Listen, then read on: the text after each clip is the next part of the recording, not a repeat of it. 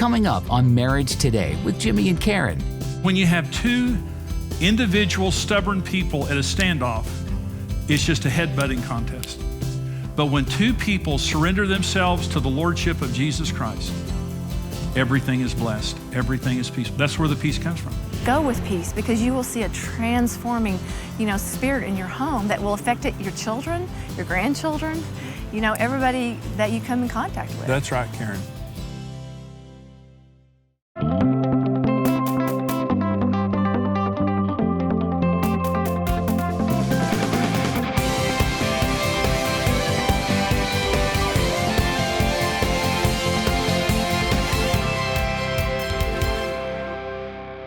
Let me talk about 4 foundations of true and lasting peace in marriage. And the first is prior agreement.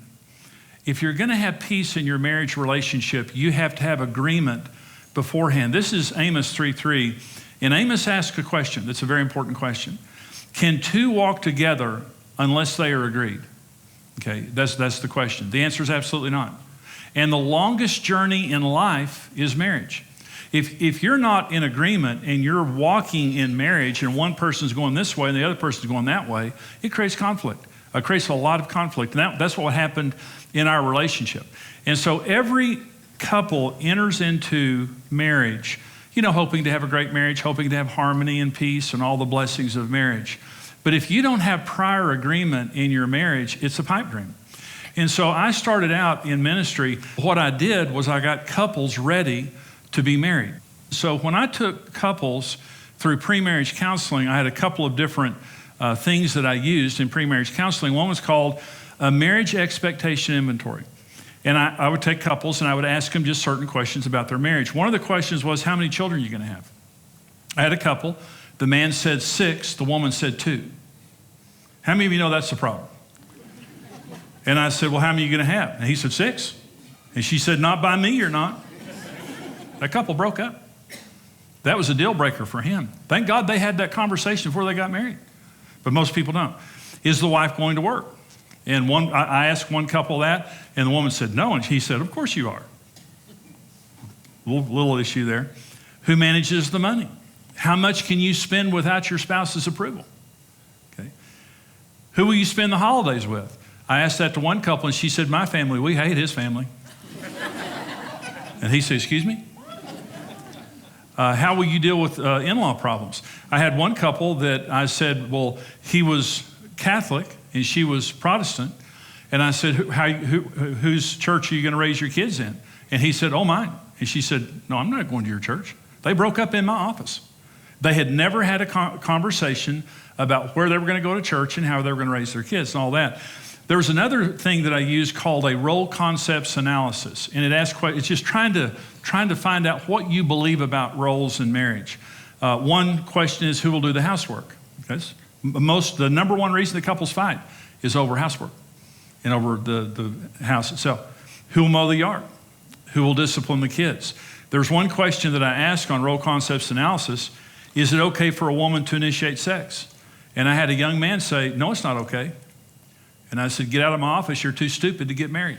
And so, but the majority, if I wouldn't have led those couples through the process of talking about those things, they would have never talked about it. In other words, there's no prior agreement. We're entering into the most important relationship in our lives, and we don't even know if we agree. We have been dating to impress, and we've been afraid to have deep conversations for fear it would split us up. And then you get married and you find out you marry someone completely different than you thought you did. And you start having problems. And that's one of the things that Karen and I did. There are 3 levels of communication in marriage. And this is very, very critical.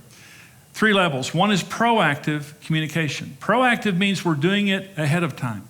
See, when you have a budget, one of the most important things about having a budget financially isn't the numbers on the page. It's a proactive conversation. We're not going to react to money all the time. We're going to sit down and talk about it and take the emotion out of it.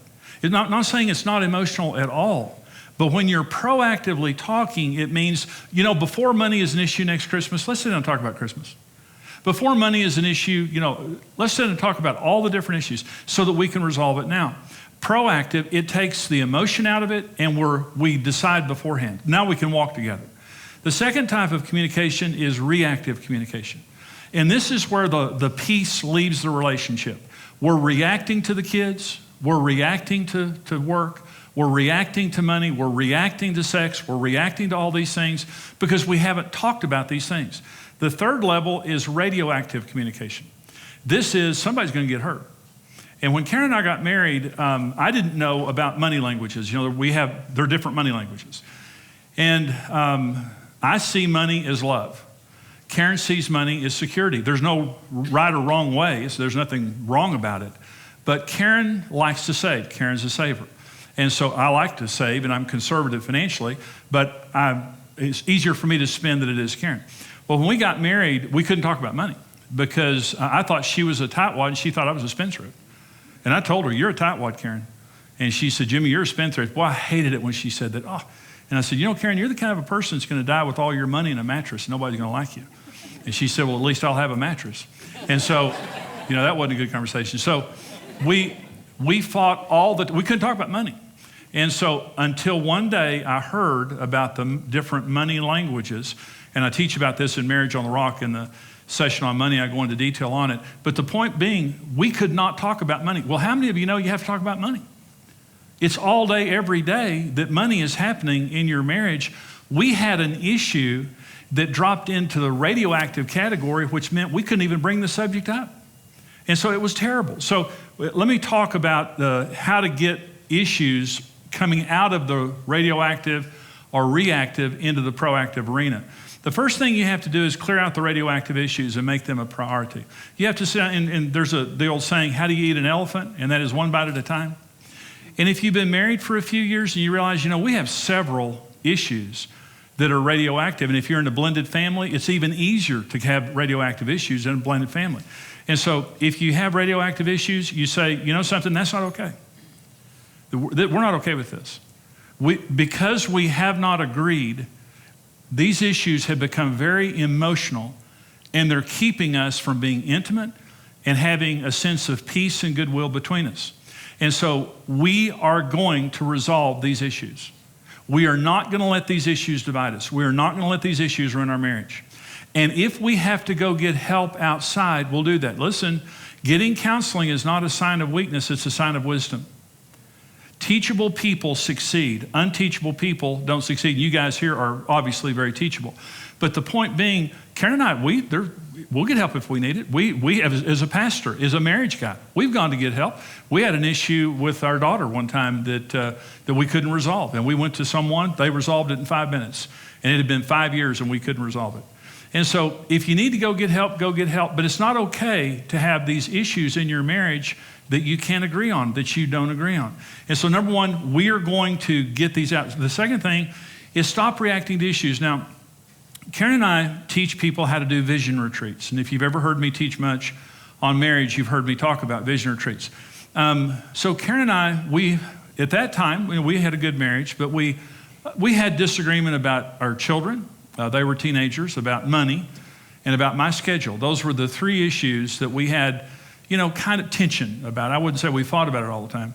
So we went on our vision retreat, our first vision retreat, and those are the first three things we talked about. And we woke up in the morning, you from the time you wake up until around noon, you just talk and pray, and then the rest of the time you just have fun. And you fight. When you go on a vision retreat, a lot of times you'll fight. And we have a rule about that, and that is all fighting stops at noon, come back to it the next morning. Okay, just decide, okay, we're gonna have fun the rest of the day, remember where we were, okay? And so you just come back and fight. Because you need to fight. If you're gonna fight, go ahead and fight. But let me ask you a question. Wouldn't you rather have a good 3 or 4 week fight and live the rest of your life in peace rather than not have that fight and live the rest of your life in anxiety? Wouldn't you? Isn't it just better just go ahead and get it over with? And so what a vision retreat does is it brings every issue to the forefront. And it doesn't ask the question, what do you want and what do I want? It asks the question, what does God want? See, when you have two individual stubborn people at a standoff, it's just a headbutting contest. But when two people surrender themselves to the lordship of Jesus Christ, everything is blessed, everything is peaceful. That's where the peace comes from. And so A vision retreat means every year, we're going to have a vision retreat. Listen, if Karen and I start arguing, we know we need a vision retreat. If something gets between us and we kind of start yay at each other, we say, we need to go have a vision retreat. And when we go have a vision retreat, it resolves it. And I'm not trying to win, and she's not trying to win. We're trying to hear God. And when God speaks, now we're one. We don't have division. We have one vision. And because we have God's vision, He gives the provision. When we went away on our first vision retreat and we prayed and we talked, let me say this. Now, I hear God. I mean, I'm a hearer. Karen's a feeler. So when I say you get away and you talk and you hear God, Karen feels, and her feelings are how God speaks to her a lot of times. She has deep convictions. And I'll say to her, well, you know, Karen, I was praying and I feel like the Lord said this. And I don't pull the God said thing on her, like, you better do what I say or Jesus is going to strike you dead. Is that I don't do that. But what I do say is, you know, Karen, I was praying and I thought maybe the Lord said this. And then she'll come back and says, well, I don't feel good about that. But I do feel good about this. And we talk and we pray until we both feel as though that we're both at peace. The Colossians 3 says, let the peace of Christ rule your hearts. God leads us through peace. He's the Prince of Peace.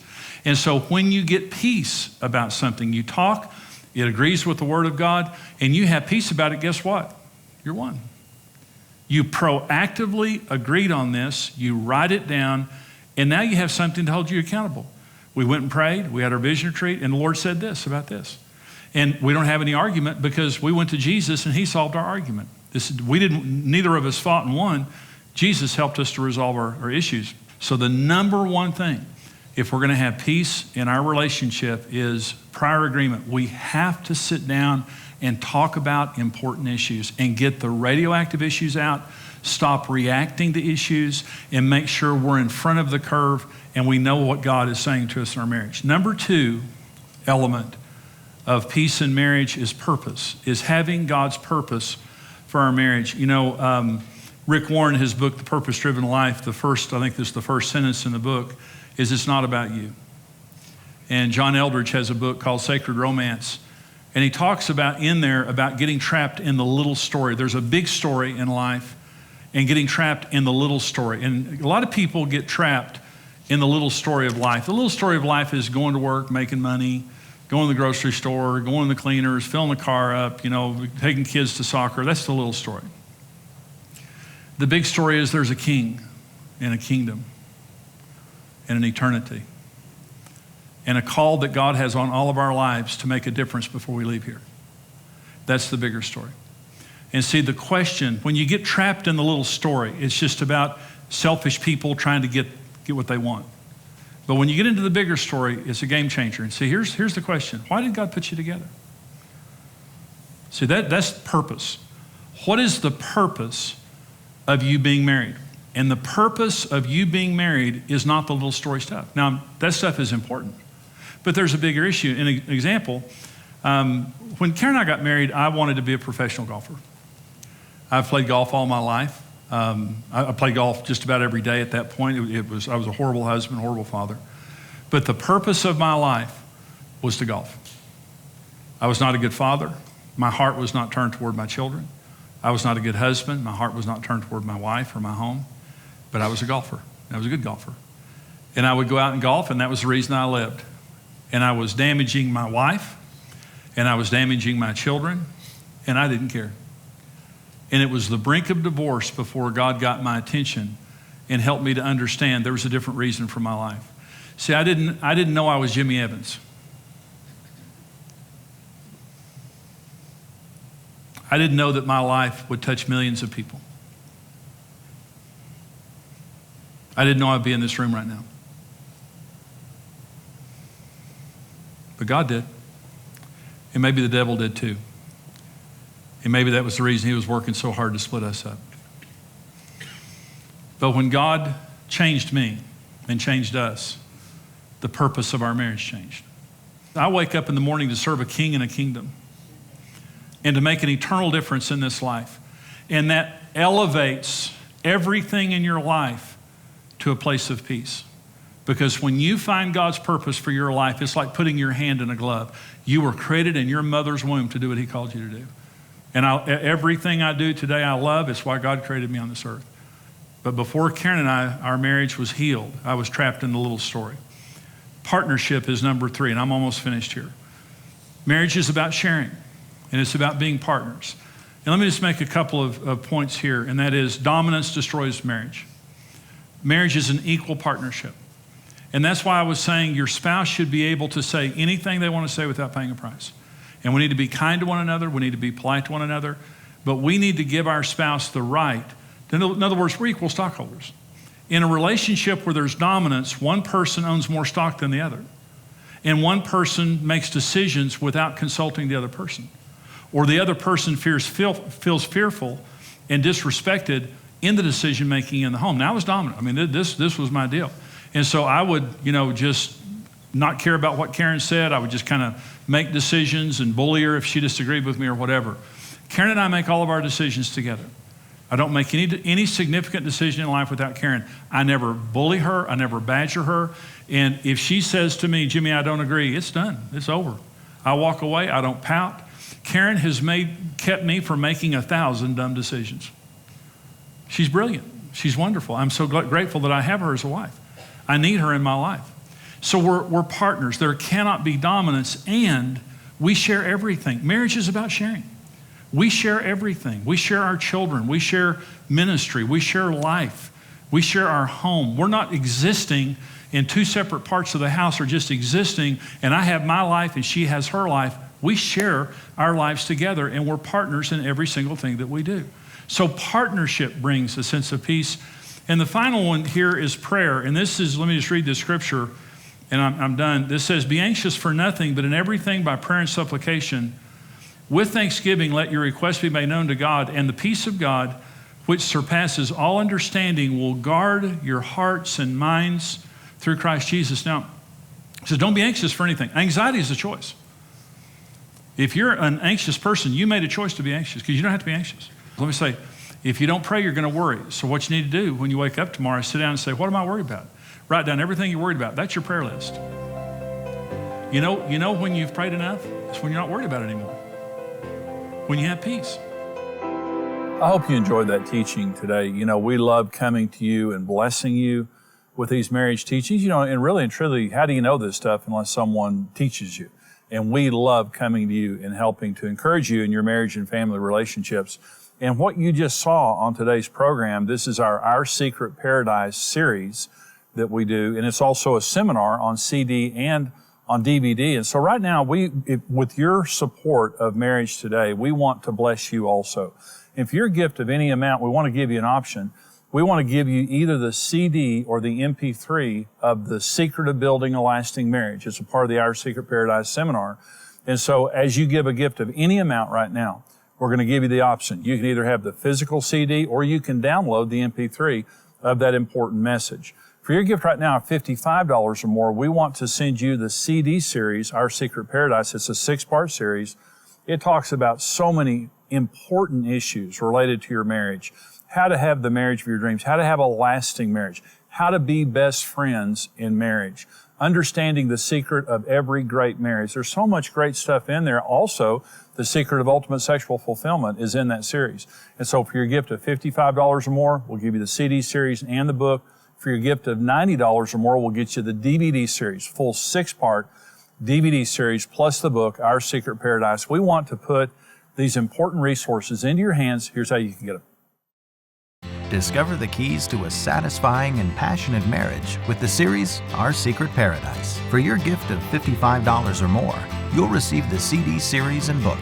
For your gift of $90 or more, you'll receive the DVD series and book. In this series, Jimmy will show you the foundations for establishing peace and intimacy, keys to becoming your spouse's best friend, and how to defeat the real enemy of your marriage so that you can have a secure, satisfying, and passionate marriage the way God intended. We're building something great. We've got to count the cost because it's going to take us every single thing we have. And this is going to be challenging. The other side of that thing is we're going to succeed, and it's going to be the most awesome thing we've ever done in our lives. For your online gift of any amount right now, we'll send you the teaching, The Secret of Building a Lasting Marriage, available as an MP3 audio download or CD single. You can have a marriage that lasts happily ever after. Create your own secret paradise today.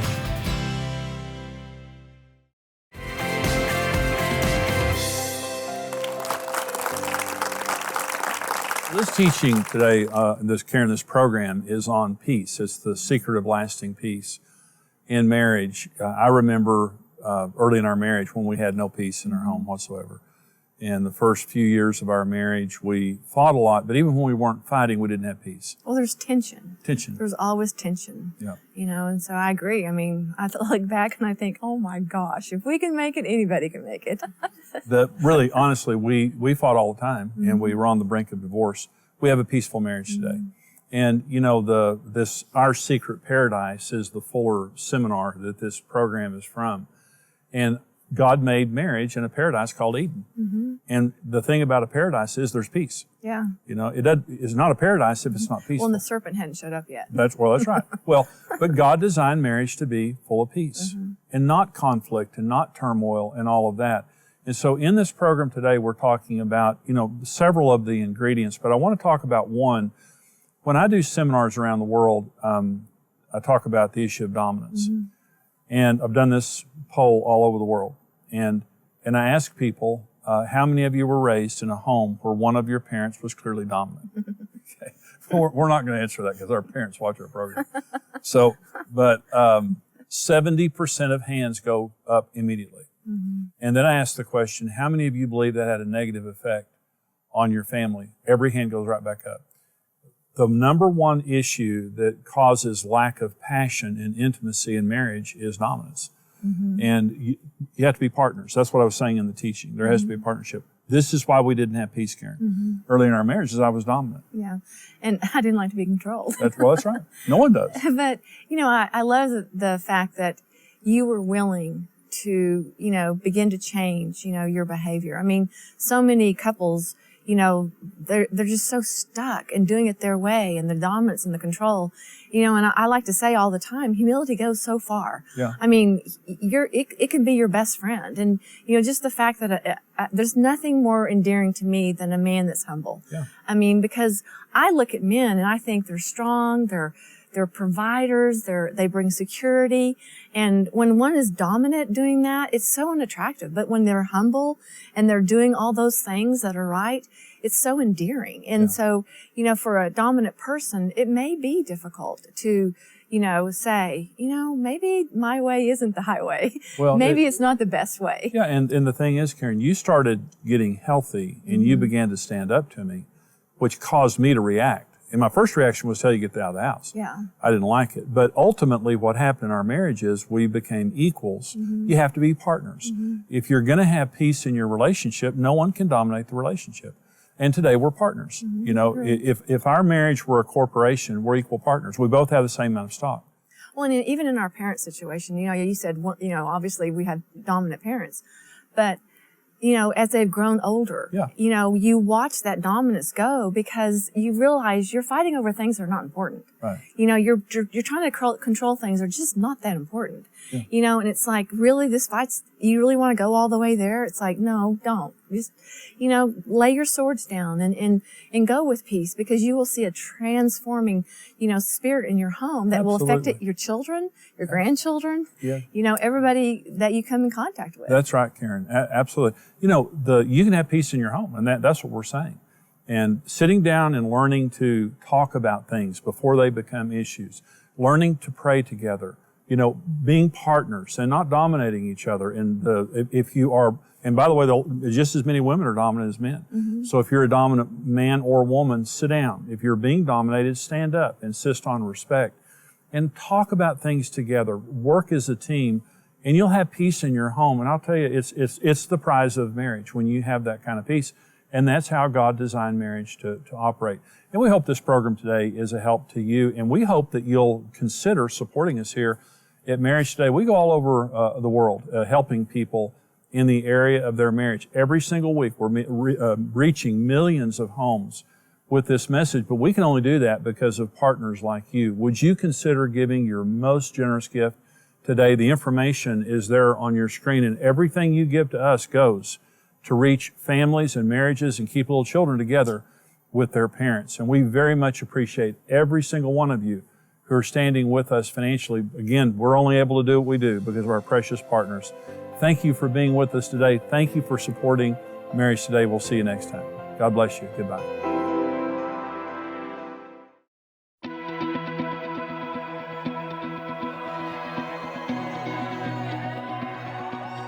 We all enter into marriage confident a happy, fulfilling life is in front of us. Over time, life's journeys can quickly deflate those expectations, and we're left feeling like we've fallen out of love. But with the right information and a mutual commitment to success, a better marriage is possible. Become a rock-solid partner and gain instant access to practical marriage help in topics ranging from communication, needs, and intimacy, as well as blended families, intentional dating, spiritual health, and much more. Marriage Today exists to help every person succeed in marriage. With your help, we can continue raising a standard for marriage and reverse the curse of family breakup in order to rebuild the nations one home at a time. That's why we're tied into the ministry. We want to be able to bless and give so they can keep doing what they're doing. There's just millions of marriages that need help, and if this is a way we can help facilitate that, then that's a great way to spend some money. We love Jimmy and Karen, and we love learning more about how to be a better couple and how to help other couples like they do. Become a rock-solid partner with the ministry and mission of Marriage Today. Thank you for watching Marriage Today with Jimmy and Karen. Subscribe to Marriage Today's YouTube channel for more marriage-building videos and updates.